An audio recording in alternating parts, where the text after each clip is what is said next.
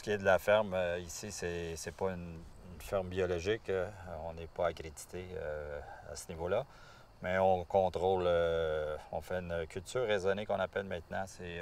On contrôle vraiment la quantité d'insecticides, de pesticides qu'on étend dans les champs, soit par un dépistage ou par le contrôle naturel des insectes.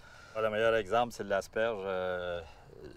On a de la créocère dans l'asperge qui pond sur les tiges, puis ça magane les asperges, ça les rend incomestibles. Puis un agronome assez âgé qui m'avait dit si tu commences les insecticides, tu es condamné à employer les insecticides tout le temps.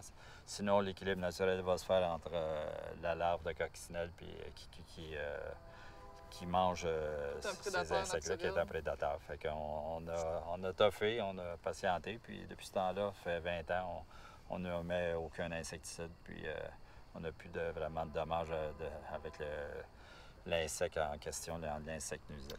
On applique un traitement pour la fraise. J'ai déjà essayé, pas de traitement, puis la récolte est pratiquement à zéro. Par contre, c'est ça, l'insecticide est mis au stade des fleurs dans les fraises, au moment où les fruits ne sont pas encore formés. Donc, si tu fais un bon dépistage, que tu traites au bon moment, tu n'as pas besoin d'en mettre beaucoup.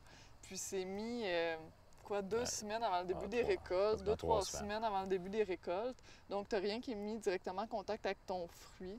Donc, tantôt, on a réussi à voir une chrysomèle. C'est la chrysomèle rayée du concombre. À ce stade-ci, c'est un petit peu plus difficile à voir.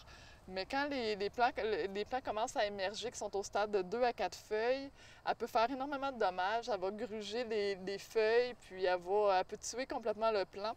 Mais elle peut faire du dommage à d'autres stades aussi. Au stade larvaire, elle va s'attaquer aux racines. Puis même à ce stade-ci, si elle se met à manger les citrouilles, s'il y en avait énormément, elle pourrait vraiment rendre les citrouilles invendables.